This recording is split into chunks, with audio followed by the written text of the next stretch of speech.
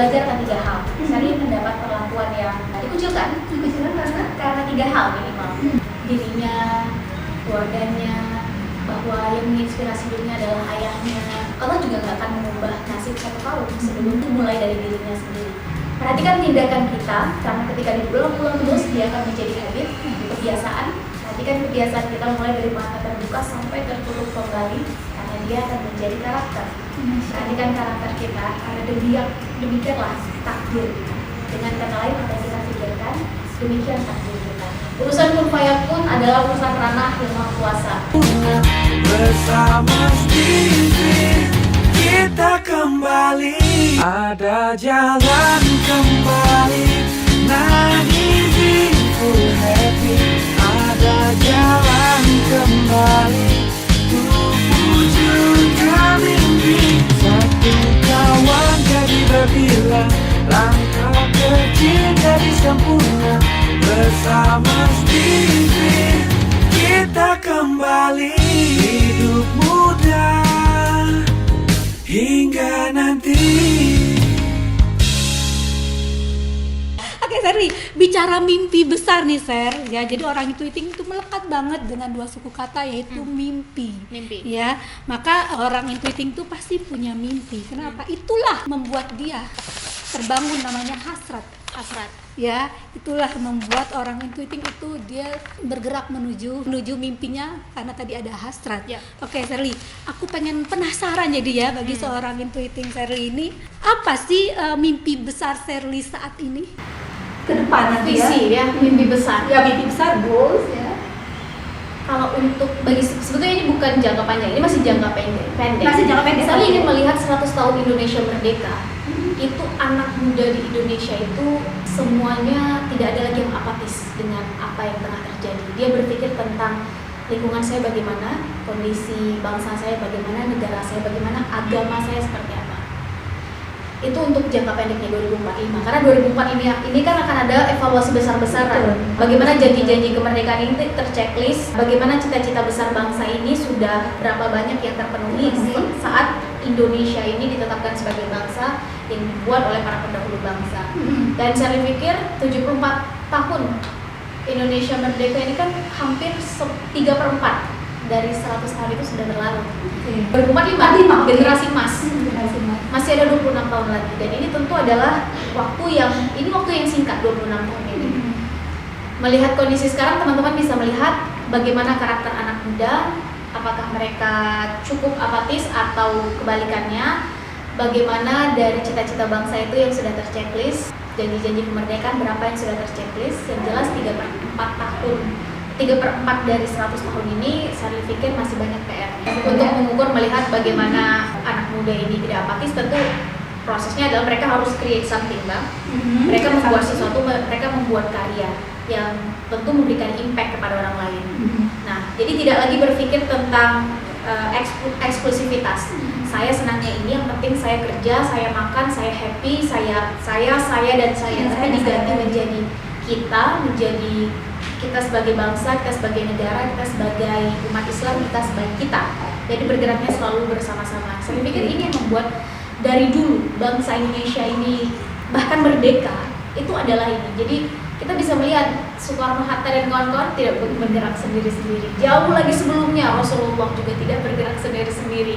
Turun lagi ke generasi sesudahnya, Sultan Muhammad Al-Fatih melahirkan generasi seperti Muhammad Al-Fatih. Itu adalah satu kaum, jadi itu nggak bergerak sendiri-sendiri. Jadi masalah adalah sekarang apakah anak muda berpikir bahwa kita generasi muda sebentar lagi akan membawa gelombang frekuensi baru untuk Indonesia. What we have done, persiapan apa yang sudah kita lakukan. Nah itu ketika saya pulang ke Indonesia melihat anak muda Indonesia itu kalau ditanya tentang masa depan senang, tapi ditanya tentang apa yang sudah dilakukan, apa yang persiapan apa, itu kebingungan. Saya pikir ini yang harus saya lakukan setidaknya dalam 26 tahun ke depan. Tidak 26 tahun, tapi impactnya baru bisa kelihatan 26 tahun ke depan. Dan pintu paling efektif untuk menyentuh mindset anak muda sekarang adalah sosial media. Oke. Jadi kalau breakdown lagi untuk menjadi realistis gitu ya, dalam 26 tahun ke depan adalah target Sherly menyambut tahun 2045 adalah anak muda tadi kan disebut adalah tidak apatis. Dia tahu apa yang harus dilakukan. Oke. Sherly bisa menjabarkan tahapan-tahapan komitmen apa yang dari dalam diri Sherly nih untuk pencapaian tersebut. Saya senang sekali dalam dunia pendidikan. Senang sekali dalam dunia pendidikan.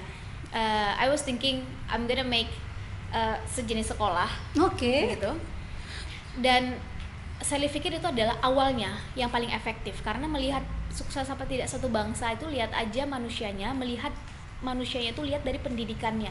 Artinya cara paling efektif untuk mengubah mindset manusia ini adalah masuk dari pendidikan.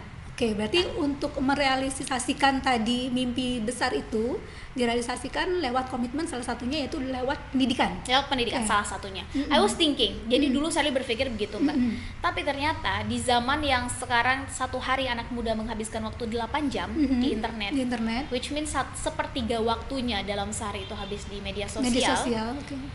Maka saya bertanya lagi, apakah pendidikan ini efektif dilakukan, sebutlah di sekolah? Seberapa banyak anak muda menghabiskan waktu di sekolah, seberapa banyak ilmu yang nempel, seberapa banyak habit mereka akan terus terbentuk ketika masuknya lewat situ. Ketika saya melihat ternyata anak muda banyak menghabiskan waktu di media sosial, mindsetnya di situ, maka saya pikir media sosial ini menjadi pintu yang paling efektif untuk masuk ke mindset anak muda setidaknya. Jadi sekarang yang saya lakukan per bulan Maret kemarin memang adalah aktif di sosial media. Kalau teman-teman yang di rumah melihat perkembangan Sherly dari sebelumnya, mungkin yang sudah pernah tahu Sherly, maka bahkan 1 bulan 1 kali Sherly posting, 1 bulan 2 kali Sherly posting, karena Sherly tidak aktif di sosial media. Jadi bahkan pendidikan itu bukan hanya lewat institusi-institusi saja, bisa lewat apapun. Dan sekarang Sherly pikir Sherly cukup memberikan waktu, tenaga, pikiran di sosial media dengan tujuan agar setidaknya pendidikan untuk mengubah pola pikir anak muda ini dilakukan lewat sosial media dulu. Jadi jalurnya tetap pendidikan, medianya menggunakan sosial media. Sherly, tadi kan komitmen yang Sherly lakukan untuk mencapai mimpi besar itu adalah salah satunya tadi lewat pendidikan ya. Karena Intuiting ini adalah dia memiliki peran, yaitu pembaharu atau kita sering sebut adalah reformer. Apa yang akan Sherly lakukan dalam lewat jalur pendidikan? Karena mostly orang berpikir pendidikan itu contoh bimbel gitu ya. Gimana menurut Sherly nih? Kalau menurut Sherly ke depan ini tren anak muda itu cuma 2, 1 kolaborasi, 2 community. Zaman berubah, waktu berganti, teknologi hadir. Mereka yang bisa beradaptasi dengan ini, mereka akan terus berjalan. Mereka yang tidak bisa akan jalan di tempat, bahkan mundur ke belakang. Franklin pernah bilang gini, Mbak, when people stop changing, they are dying. Ketika manusia berhenti berubah, betul berubah ke arah yang lebih baik, mereka akan mati, tertinggal, diam di tempat, mundur ke belakang. Jadi dengan adanya teknologi sekarang, industri 4.0, dalam beberapa tahun lagi kemungkinan kita akan masuk 5.0, maka bahkan pendidikan ini akan menjadi salah satu sektor yang terdampak. Tak usahlah kita jauh-jauh berbicara ke depan dulu, sekarang saja hadirnya beberapa inisiatif anak muda, Ruang Guru misalnya, itu sudah membuktikan bahwa teknologi ini akan hadir dan menghantam mereka semua yang tidak mau berdamai dengan itu. Karena tujuan teknologi ini kan adalah mempercepat, membuat efektif, efisien. Kita bisa melihat bagaimana Ruang Guru ini hadir mendisrupsi bimbel-bimbel biasa, bimbel-bimbel konvensional. Saya nggak bilang mati ya, karena itu tetap hidup, tapi mendisrupsi. Dan konsep disrupsi ini akan semakin luas nanti ke depan ini. Jadi saya pikir pendidikan ini mari kita buka lagi wawasannya, bukan hanya tentang belajar di kelas, duduk, tulis hitam di atas putih, nilai yang kita dapat di akhir sekolah. Itu luas, lebih dari itu. Ada pendidikan formal, ada pendidikan non formal. Ada yang kita dapat di dalam kelas, ada yang di luar kelas. Bahkan proses metode belajar ini pun banyak sekali. Ada yang senangnya di alam, ada yang senangnya lewat media sosial. Nah, kebetulan Sherly karena mengambil ininya media sosial sekarang, Sherly hanya bisa memberikan perspektif dari apa yang Sherly tahu. Jadi anak muda ini kan menghabiskan waktu di sosial media. Betul, Sosial media ini adalah bebas sekali. Mau nanti yang dia tonton baik, positif, hoax, fakta, faedah, unfaedah, semuanya bisa dilihat. kita bisa melihat sekarang karakter anak muda seperti apa dan tontonan mereka di sosial media seperti apa. Yang jelas saya pikir kita tidak bisa menyalahkan terlalu banyak hoax di sosial media kalau kita anak muda tak melakukan apa-apa untuk menghasilkan konten positif inspiratif, menekan mundur angka hoax tadi. Kita juga anak muda tidak bisa ngeblame bahwa yang menjadi trending di YouTube ini adalah konten-konten anfaedah kalau kita anak muda tak melakukan apa-apa untuk membuat konten yang positif, lebih berfaedah, menekan mundur konten-konten anfaedah tadi. Jadi saya pikir ini adalah bagian dari proses pendidikan. Jadi pendidikan dari apa yang kita lihat, apa yang kita dengar, apa yang kita baca, termasuk dengan siapa kita berdiskusi, it's a part of education itself.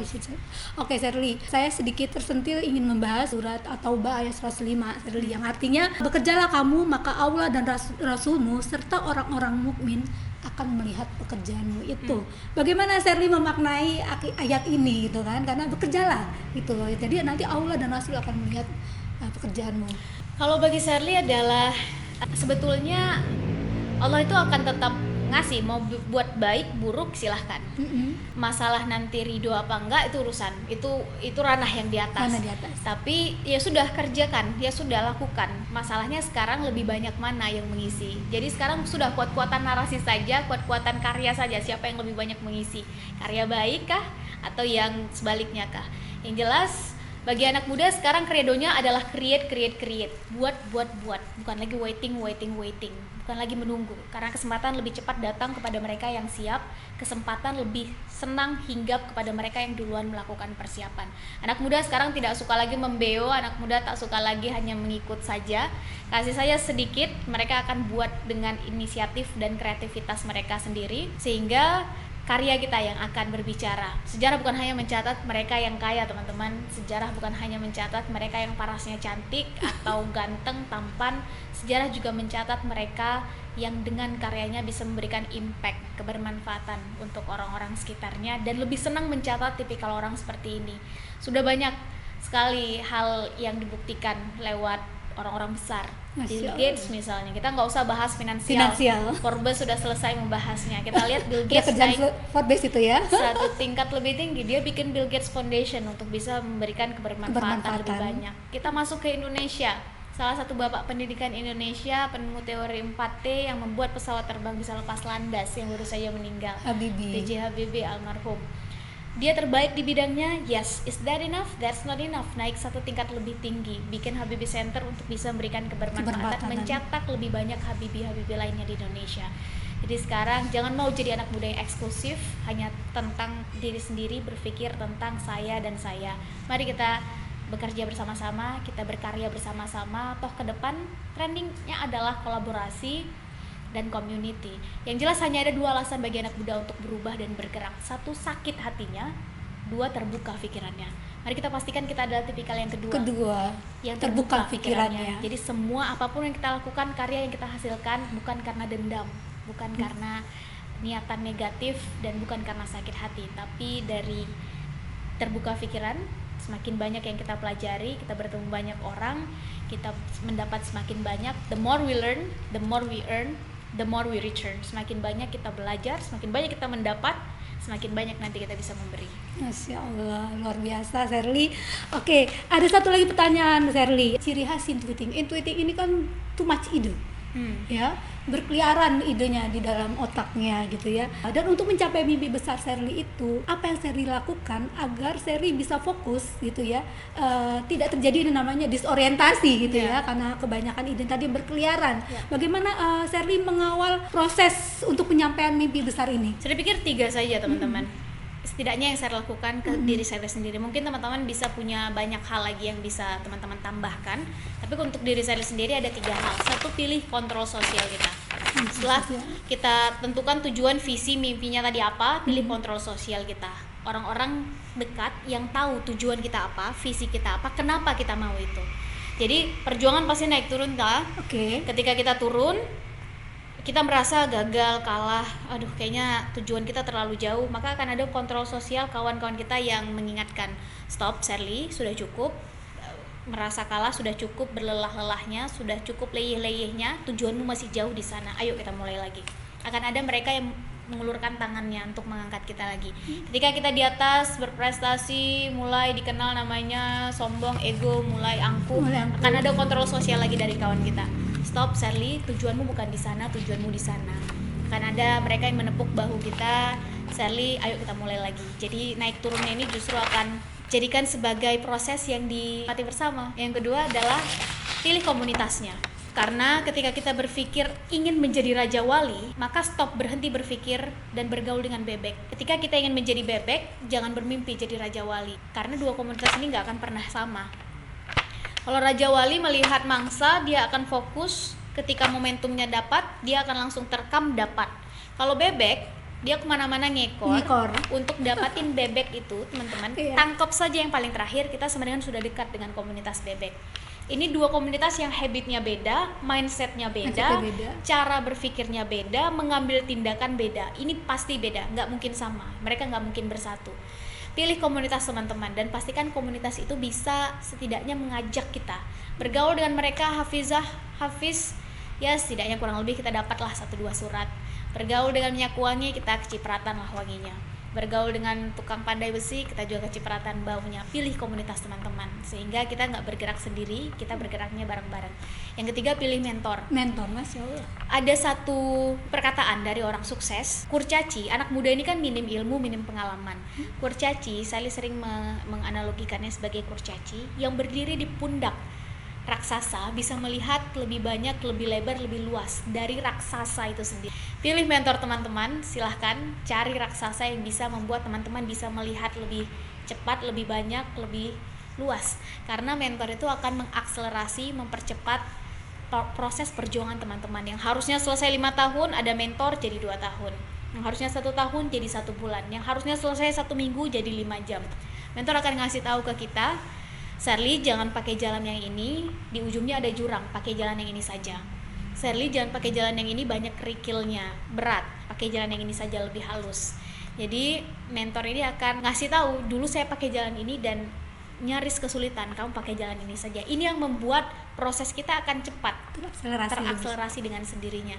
Jadi kalau dengan mimpi yang sepertinya besar sekali, akan diingatkan, Sherly itu nggak realistis. Ayo lihat lagi mana yang harus dicoret, kamu coba sistematiskan lagi. Yang jelas tentu ini bukan kerjaan satu orang, tentu dibalik semua ini bahkan Sherly ada juga supporting system, ada juga kawan-kawan yang mengingatkan, ada juga kawan-kawan yang mencoba untuk mendetailkan pekerjaan. Karena ya kalau sendiri sebagai makhluk sosial nyaris kita akan tersandung dengan sendirinya. Makhluk sosial nggak mungkin bisa melakukan sesuatu perubahan sosial jika hanya sendiri, pasti membutuhkan orang lain. Tapi bagi anak muda ke depan, bekerja sendiri-sendiri itu akan ditinggalkan, pasti. Mari sama-sama kita buka diri. Dunia ini terlalu luas teman-teman untuk kita sempitkan dengan pikiran kita sendiri. Mari kita saling berangkulan, mari kita saling sulam tambal. Saya bisanya ini, kamu bisanya itu, ayo kita bareng bersama-sama. Selama visinya sama, selama tujuannya sama, selama yang ingin kita lihat nanti di akhir sama, saya bisa pastikan 2045 kita akan bertemu di garis yang sama. Garis anak-anak muda Indonesia yang menginginkan perubahan ke arah yang lebih baik kepada bangsa, negara, dan agama kita. Oke, Sobat Stevener, rasanya saya nggak cukup. Ini kita udah habis waktu berapa lama ya? Sejam ya. Sebenarnya nggak cukup karena Sherly harus lanjut ngajar. Oke Sherly, tadi sebenarnya semua yang saya sebut itu adalah salah satu jalan yang memang kalau di Steven itu ada namanya Steven profesi gitu ya. Memang ada hal-hal yang kita harus lakukan untuk kita mencapai profesi yang kita ingin jalankan gitu ya. Jadi tadi sudah benar, adalah mentor, community, satu lagi tadi apa Sir? Kontrol sosial, komunitas dan mentor. Nah, saya sedikit ingin menjelaskan dari terakhir, kalau misalnya mentor, kalau di Steven itu, dalam konsep Steven, mentornya Sherly seorang intuiting adalah thinking. Oh gitu. Oke. Dan untuk mencari coach itu berarti cari yang mendukung. Yang mendukung intuiting itu adalah insting. Sedangkan kalau mentor, carilah thinking yang menaklukkan. Oke. Tadi sebenarnya kita ngobrol-ngobrol sepanjang perjalanan, Sherly itu nggak sengaja menyebutkan kalau salah satu mentornya adalah benar ya Sherly? Ya, salah satu. Yang jelas Sherly punya banyak mentor. Sampai sekarang masih banyak belajar, mentor masih banyak. Dan tadi sempat bertanya salah satu mentor, Sherly kamu sekarang sedang tes Stephen ya? Betul. Kamu termasuk apa? Terus Sherly sampaikan. Sherly tanya kalau beliau termasuk apa? Ternyata beliau adalah thinking introvert. Jadi wow. Jadi pas ya, Sobat Stephener, Masya Allah, Sherly tuh diberi rezeki sama Allah yang banyak banget ya, sudah tergembleng. Bahkan saya melihatnya, Sherly sudah selalu bicara kita. Ya, dia sudah tidak bicara saya. Jadi kalau tadi saya jelaskan yang level matra Stephen, di konsep Stephen itu kan personality, mentality, morality, dan terakhir adalah spirituality. Ya, morality itu sudah bicara kita, aku sudah tidak penting lagi. Ya, saya lebih banyak mengumpulkan bicara kita dan kita dan kita. Masya Allah, untuk seorang milenial udah bicaranya sudah bukan saya, bicaranya adalah kita. Itu saya kembali aku padamu lah, Sher. Dan terakhir, Sher, apa yang bisa disampaikan untuk teman-teman Sobat Stephener? Karena begini, saya sering banget kalau setelah klien-klien itu tes Stephen, jadi banyaknya bilang, tapi kok gue nggak kegembleng ya, kok gue nggak kreatif gitu, gue kayaknya nggak punya ide deh gitu ya. Sering berapa kali ada klien seperti itu, banyak gitu ya, merasa tidak track gitu ya.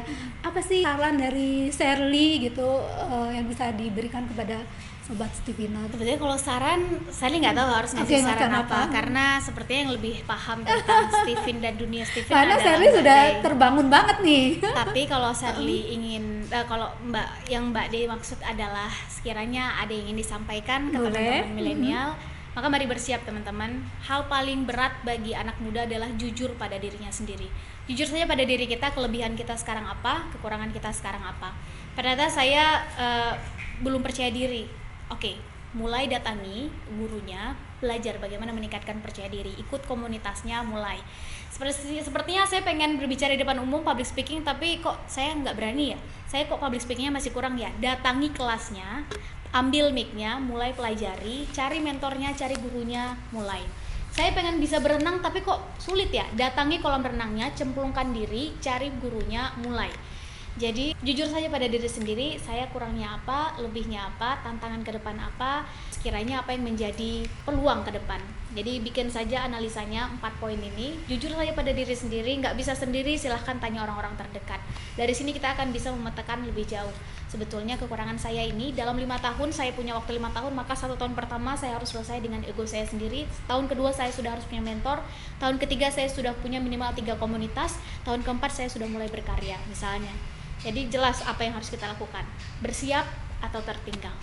Oke, bersiap atau tertinggal, dan yang pasti sebelum bicara tadi saya dikatakan fokuskan pada kelebihan gitu ya, dan kita tahu dulu kelebihannya teman-teman Sobat Stephener, dan bagi siapapun penonton dari YouTube channel Stephen Studio ini, temukan dulu potensi dirimu lewat tes Stephen, dan silakan menghubungi teman-teman promotor kami yang ada di seluruh Indonesia dan di beberapa negara di luar negeri.